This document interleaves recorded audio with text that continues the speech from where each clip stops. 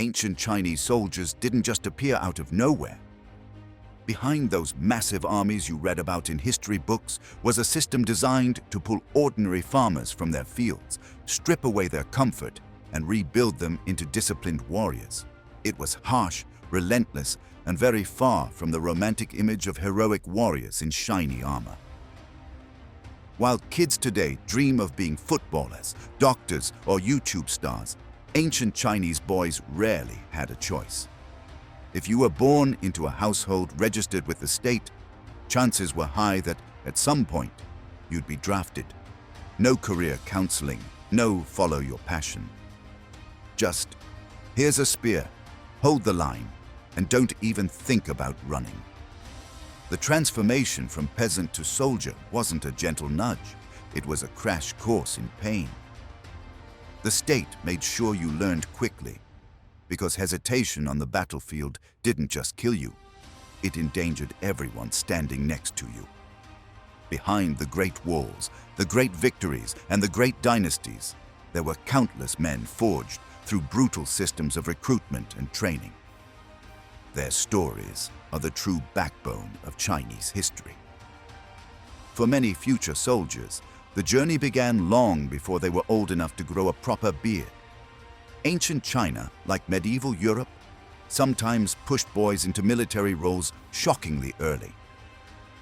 While they might not have been shipped off at age 7 like medieval squires, the expectation of service was drilled into them through culture, community, and family duty.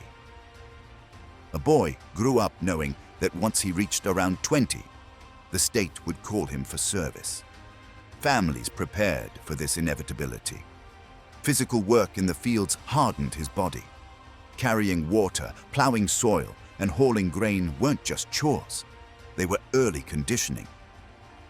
By the time the state summoned him, his back was strong, his arms were scarred, and his endurance was already being tested by daily survival. Some training was informal but purposeful. Fathers handed sons wooden spears or bows to practice during festivals or local militia drills.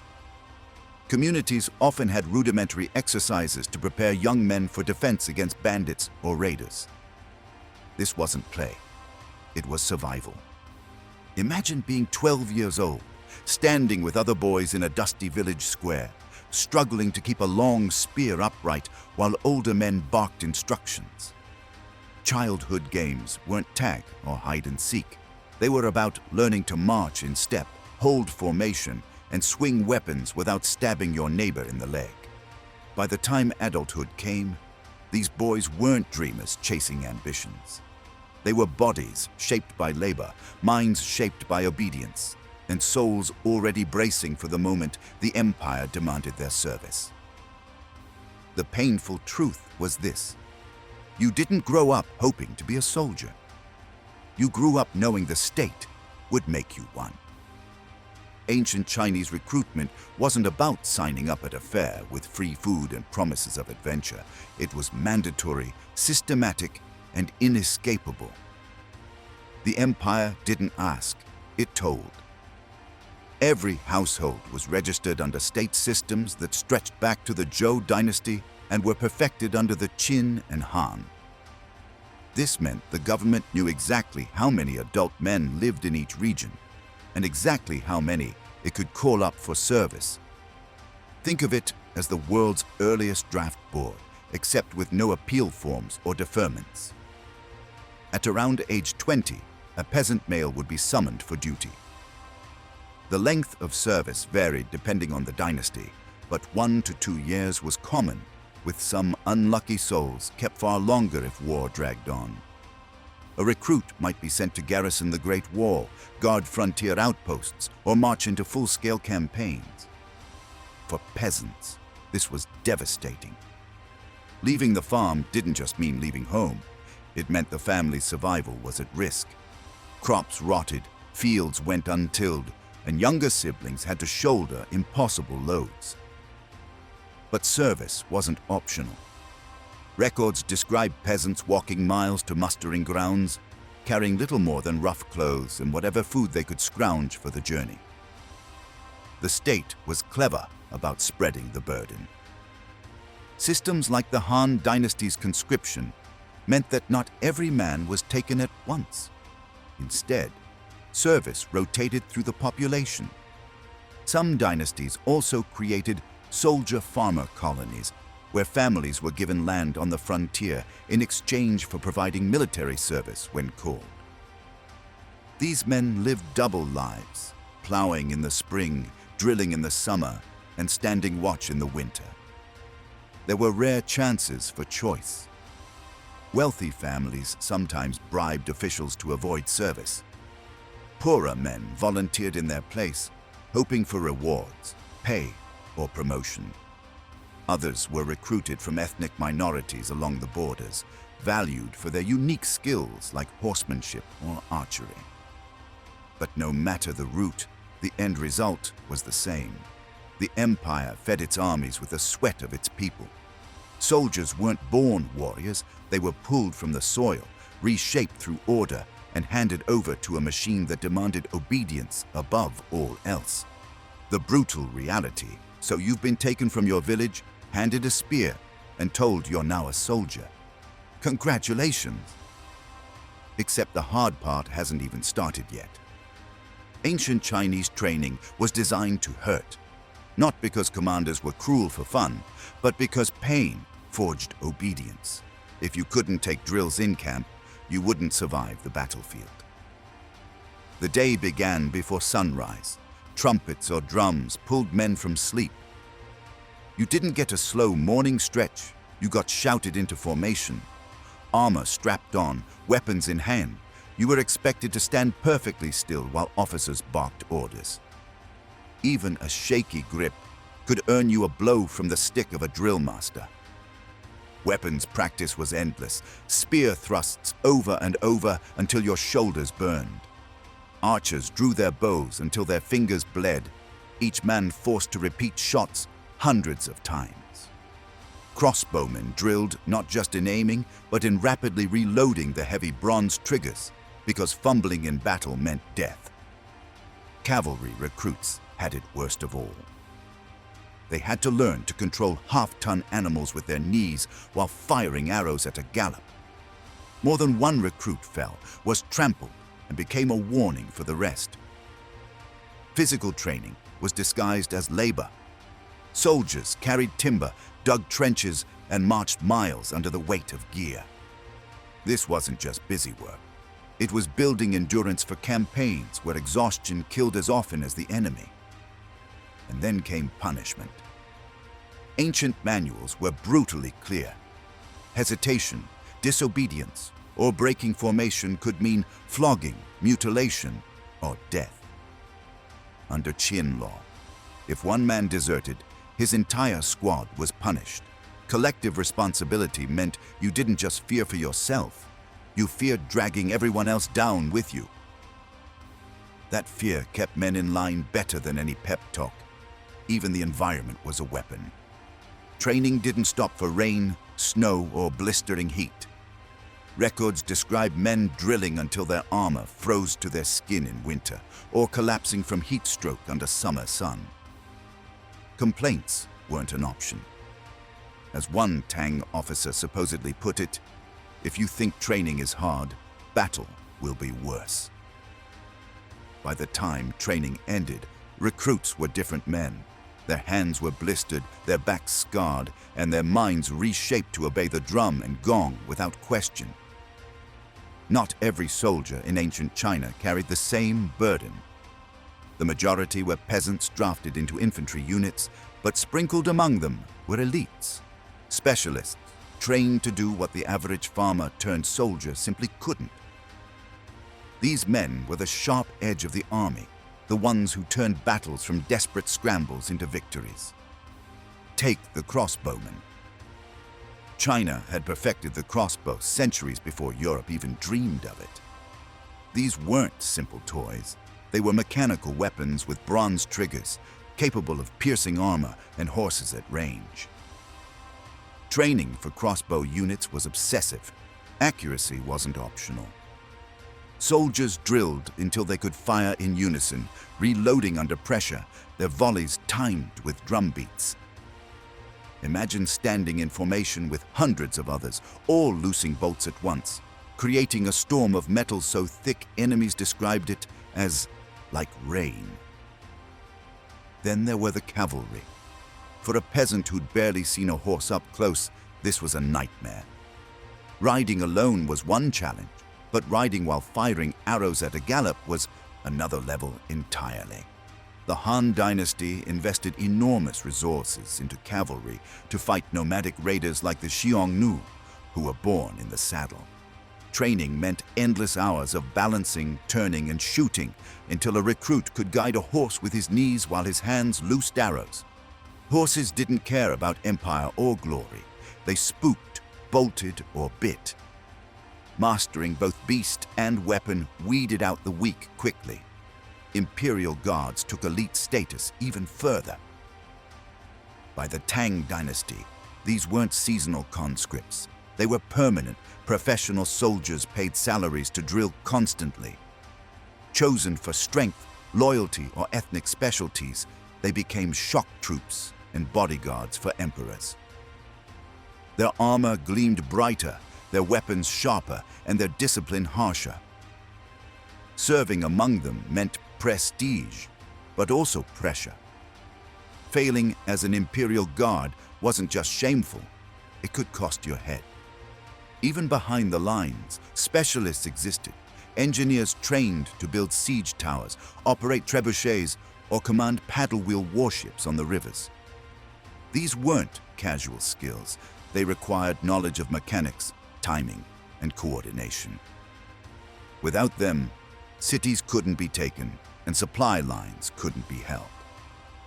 While the average peasant soldier was replaceable, specialists were treasured assets. They showed that ancient Chinese armies weren't just massive mobs. They were layered, complex forces where the chosen few amplified the strength of the many. Training could turn men into fighters, but discipline turned them into an army. Ancient Chinese commanders understood a truth that never changes. Without order, battlefields collapse into chaos. Numbers alone didn't win wars. What won wars was the ability of thousands of men to move, strike, and hold together as one. And so, dynasties built their armies on strict laws that made obedience as natural as breathing. The Qin dynasty set the standard. Their entire empire was run on legalism, a philosophy that claimed people only behaved when they feared punishment. That principle carried directly into the barracks. Soldiers were organized into tight squads, and each man's life was bound to the others. If one deserted, the rest were punished. If one disobeyed, the whole unit might be flogged or even executed. Imagine standing in line after days of marching, legs shaking, knowing that if you stumbled, not only you but your comrades could pay the price. That fear kept men upright long after their bodies screamed for rest. Yet the system wasn't only sticks, it dangled carrots too. Rewards balanced punishments. Soldiers who captured enemies, presented severed heads, or showed extraordinary bravery could earn land, exemptions from labor, or rank. Qin records even counted promotions by the number of enemy body parts taken, a gruesome but brutally effective motivation. For peasants who had nothing, the chance to claw their way up through service was often worth facing death head-on. Later dynasties like the Han and Tang refined the balance. Harsh punishments stayed, but emperors also promised benefits for loyal service. A soldier might earn tax relief for his family or secure a government stipend after years in arms. Regulations multiplied, spelling out everything. How armor must be kept polished, how rations were distributed, how formations were maintained. Officers themselves weren't safe. If their men slacked, discipline fell on them too. Responsibility flowed upward as well as down. The Tang fubing system pushed this further. citizen soldiers rotated into active duty while living as farmer soldiers the rest of the time. Even in peacetime, their conduct was policed to military standards. Drinking too much, losing equipment, or skipping drills could end in lashes, or worse. Discipline wasn't cruelty for cruelty's sake. It was survival. A single soldier breaking formation during a cavalry charge could doom hundreds. Punishments kept the shield wall unbroken and volleys of arrows steady. For the man in the ranks, though, it meant every step, every swing, every pause was shadowed by law and fear. And that fear, combined with reward, bound ordinary peasants into one of the most disciplined military machines the world had ever seen. So what was it actually like to live as one of these soldiers once the training was done? Brutal. That's the only word that fits. Food was rationed with military precision. A typical soldier might get millet porridge, some vegetables, and, if he was lucky, a scrap of meat. Hunger was constant. Soldiers joked in bitter songs that their stomachs marched faster than their feet. The state calculated just enough to keep a man alive and strong enough to fight, but never comfortable. Starvation wasn't rare when campaigns dragged on. The barracks were no better. In frontier garrisons, men slept in crowded wooden huts or canvas tents packed shoulder to shoulder. Hygiene was minimal. Fleas, lice, and disease spread as quickly as gossip. In winter, the cold seeped through thin blankets until fingers went numb. In summer, the heat turned barracks into ovens. Privacy didn't exist. Your squad became your family, your rival, and your judge all at once. Marching was endless. Soldiers carried not only weapons and armor, but also grain, cooking gear, and spare clothes.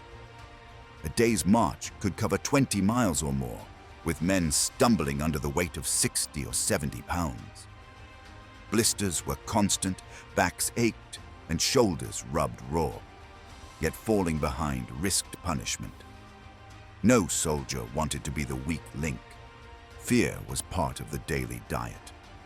Frontier duty meant watching for nomadic raids that could come without warning.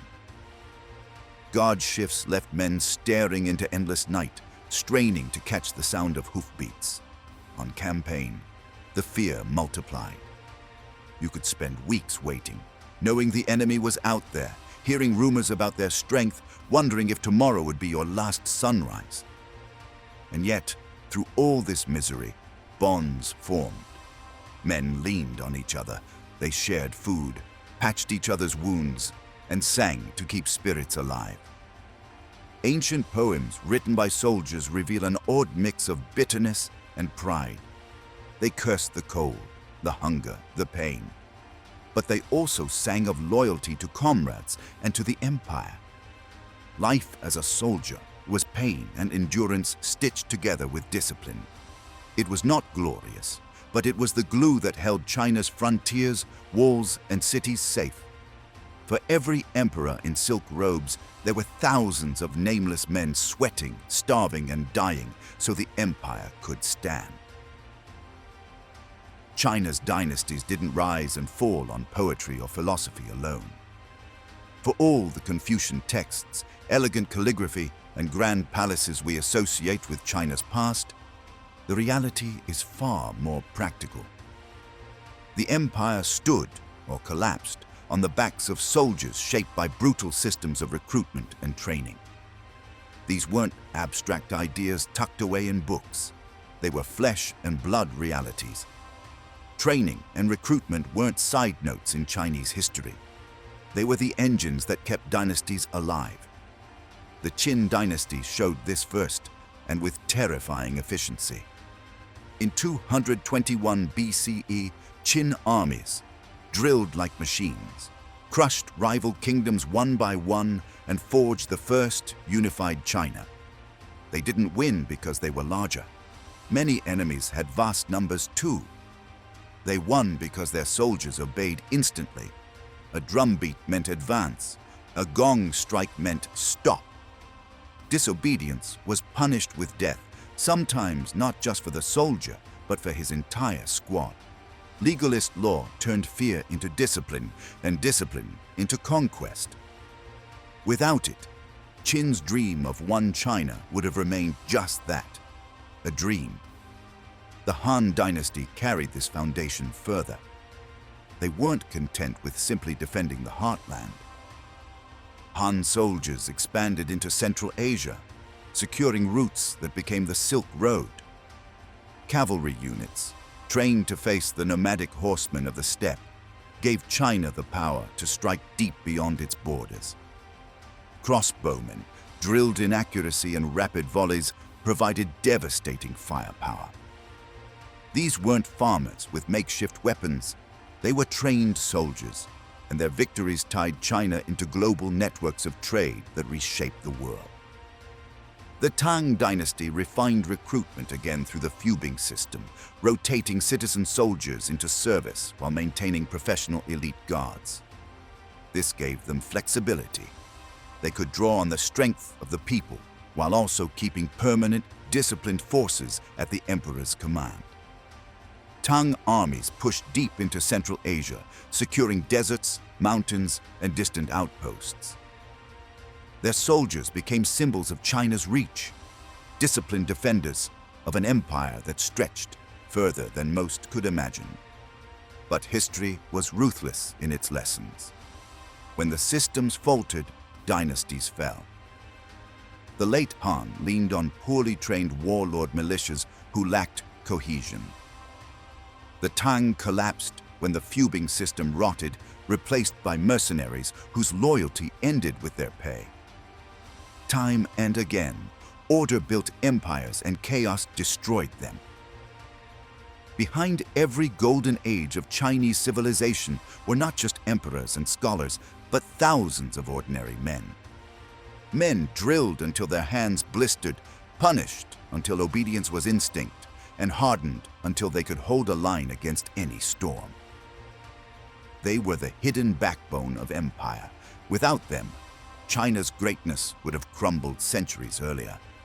Now, when we think of ancient China, we picture soaring walls, shining palaces, and scholars debating philosophy. But those wonders stood only because of men whose lives were forged in dust, sweat, and pain. The training and recruitment of ancient Chinese soldiers were impressive not because they were kind, but because they were relentless. Boys became soldiers through hard labor, endless drills, and laws that punished hesitation with death. They marched hungry, slept cold, and fought terrified, but they fought in unison. They weren't born warriors. They were farmers, sons, brothers, reshaped by the state into parts of a vast machine. Their endurance defended borders from nomadic raids, secured the Silk Road, and held dynasties together for centuries. It's easy to marvel at emperors in silk robes or generals who carved their names into history. But behind every victory, every conquest, every war, there were soldiers whose names were never recorded. Men who learned to endure pain, obey without question, and stand shoulder to shoulder until either they won or they fell. That is the true story of China's armies. Not glory, but endurance. Not freedom, but duty. Not choice, but survival. The empire lasted because its soldiers were trained to suffer, and through suffering, to fight.